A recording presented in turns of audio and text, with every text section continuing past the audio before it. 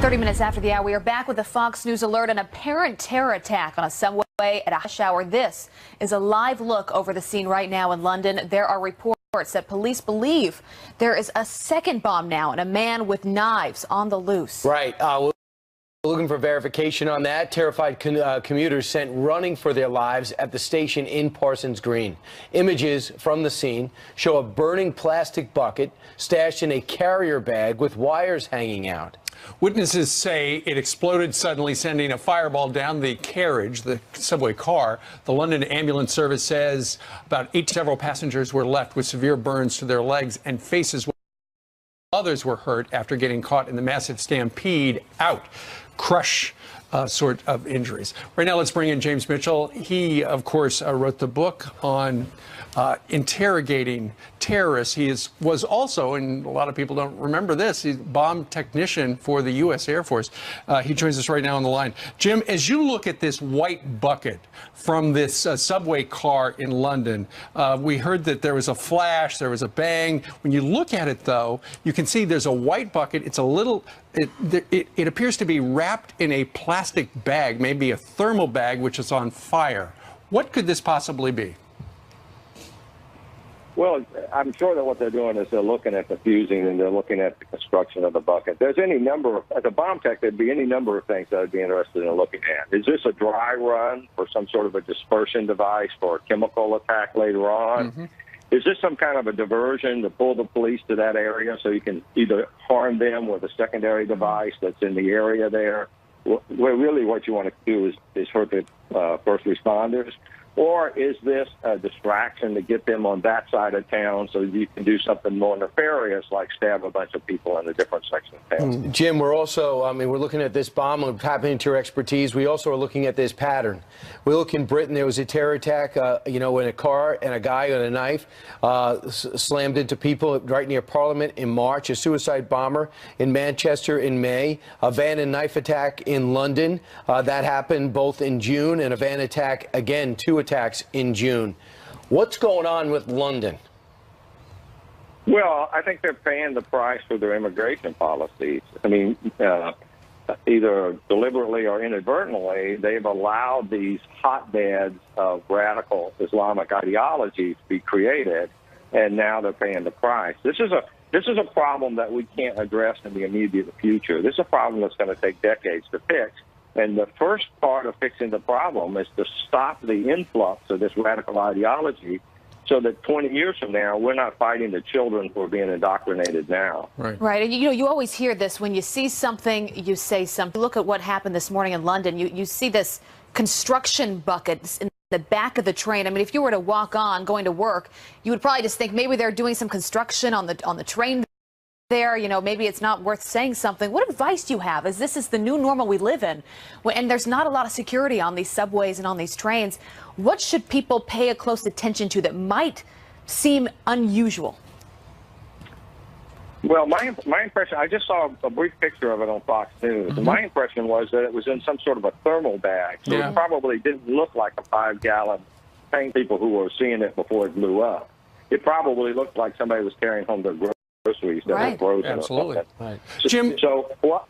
Go ahead. I was going to ask you, what does it say about the bomber? This was not a suicide bomber. It's not like he had it strapped to his chest. He just put it down there, probably walked off the car. It exploded.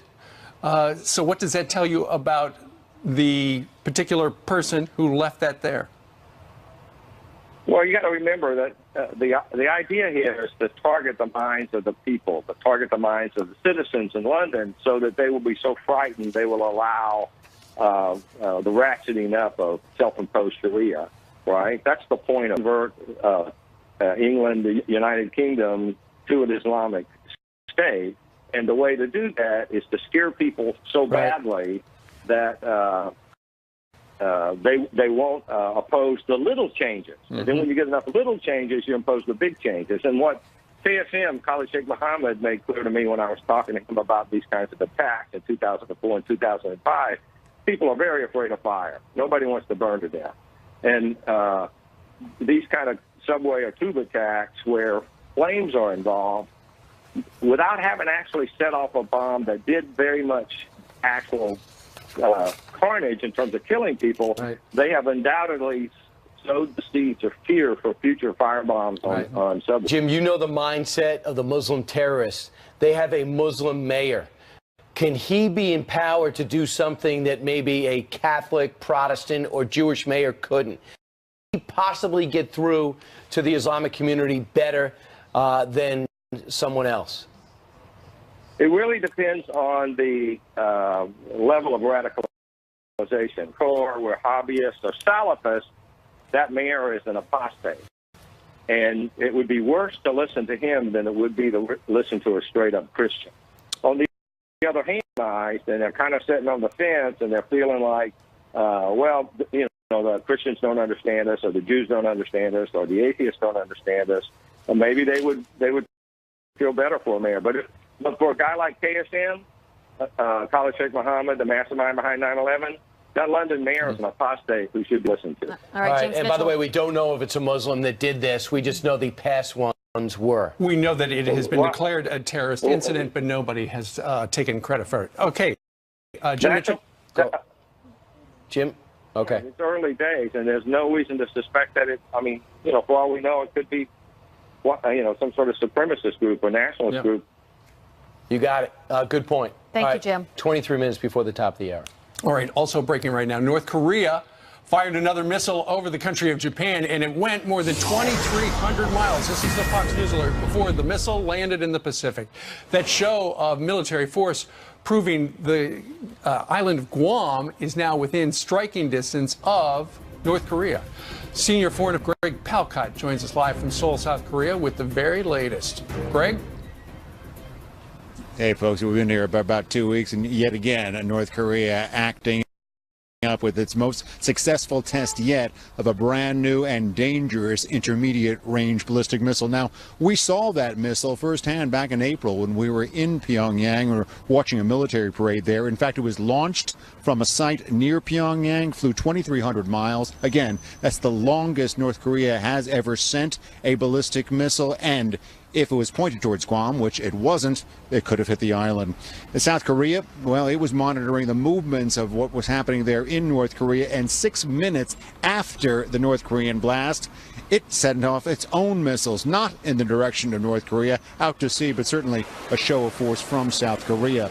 Now, while U.S. authorities say that American interests were not challenged by this latest launch, the Japanese were shaken up. Remember, this missile went over the northernmost island of Japan, Hokkaido, early morning local time. There were loudspeakers, sirens, telling people to go to shelters. Well, this is the second time in about a month this has happened, so they're getting a little bit relaxed about it now.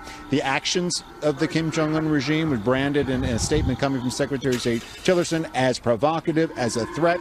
This was, in fact, the first actual offensive action by North Korea since those tougher UN Security Council resolutions that were voted on back on Monday, and since that nuclear test about 2 weeks ago. Back to you guys. Yeah. Thanks, Greg Palkot. At one point, we're just going to have to take that rocket out of the sky or blow it up on the tarmac. We knew up when we take that shot, that'll change the. Listen, if you're sitting in Tokyo, you're wondering what the heck is going on. There goes another one. Yeah, we got to build up our defense system as well. But first up, in that region. All about negotiation. Meanwhile, still ahead on our Friday telecast, Herman Cain is going to be joining us. Also, former White House Press Secretary Sean Spicer, just back from L.A., will be here. Education Secretary Beth Friday. That means it's Geraldo Day. It is a big day. Plus, Todd Pyro is talking to voters in Pennsylvania. Todd, how's it going there? Good morning, guys. Yeah, obviously the focus today is on the London attack, and the focus here is, are we safe here in America? What is President Trump doing to keep us safe? Is enough being done? We're talking to the voters here in Altoona, Pennsylvania, Tom and Joe's Diner, when we come back. 15 minutes out of the top of the hour. Some other stories that are making headlines right now. More Hillary Clinton emails just released showing fresh examples of pay to play while she was Secretary of State. Judicial Watch now obtaining over 1,600 new documents revealing many instances of big Clinton donors asking and receiving favors from the State Department. Great. This as the FBI changes course by announcing it will release more documents over its handling of the Hillary Clinton email investigation. Also this, ESPN denies trying to kick Jemele Hill off the air for calling the president a white supremacist. According to the online blog Think Progress, the network, wanted to replace her with another anchor on Wednesday, but her co-host refused out her. Well, an ESPN spokesperson says the network never asked any other anchors to do that show. Hill has not apologized to the president. ESPN has condemned her comments, but still, she has her job. All right. Meanwhile, it's a quarter before the top of the hour. It is 6:45 out in Altoona, Pennsylvania. Yeah, and that is where we find Todd Pyro at Joe's Diner in Altoona, Pennsylvania. Todd, how's it going there? It is going well here at Tom and Joe's. The focus, obviously, is London. Everybody's concerned that what happened in London could happen here in the U.S. And so we're talking about issues like immigration, DACA, travel ban, things of that nature. And we're going to start off with Deborah. Deborah voted for the president, and you like a stricter immigration policy. Why? I do, because I think that it's been so lax that it has gone crazy, and there's people in our country that we don't know that are threat to our safety and our security. Because if you don't know who's among you, you don't know what attack may happen. And you had an interesting take, an interesting phraseology. You said the policy of the Trump administration looks harsh, but it is necessary. Why? Because it has been so lax. And so whenever you have something that's lax and then you place something, structure back into order, and it becomes a policy, it looks harsh. So whenever something's very lax and you put a policy into place, it now looks harsh. Deborah, thank you for your time. Going to go over now to Mike. Mike, you say you are a big fan of the president. You voted for him, and you like the fact that he's trying to secure our borders. Why? Sure. Just to reiterate what Deborah said, Americans just want to be safe, feel safe, and that's pretty much so it. But to add on to that, you did tell me when we were speaking earlier, in light of what happened over the course of the last 2 weeks, a little bit more bipartisan approach in Congress with the president. You said you like that. You think that's necessary. You want to get things done. Sure, absolutely. Hey, we all want to play ball and accomplish some things. So let's put the bickering aside, and the main focus and concern should be for the American people. Mike, thank you. I want to go to Fred now. Fred, also a Trump voter, who told me, one, we need to do immigration the right way. First, what do you mean by that? Well, my parents are from Italy. I'm a first-generation American, Italian-American, and they did it the right way. They came into this country. They became citizens. They were vetted. You know, we had a facility to vet them. They all came through Ellis Island, and we don't do that today. We just not so much here as it is in Europe. Europe is worse than here, and Europe is suffering for that right now, because with the good comes the bad, and they let the bad in as well with the good. Yeah. In light of what you just said about Europe, and in light of what just happened this afternoon in London time, does it make you worried? Always worried. I look everywhere I go. I look around, make sure there's not people that look like they might be casing the place and looking for an opportunity to kill people, and that's what those folks do. They kill people. Understood. Fred, Mike, and Deborah, thank you very much for your time.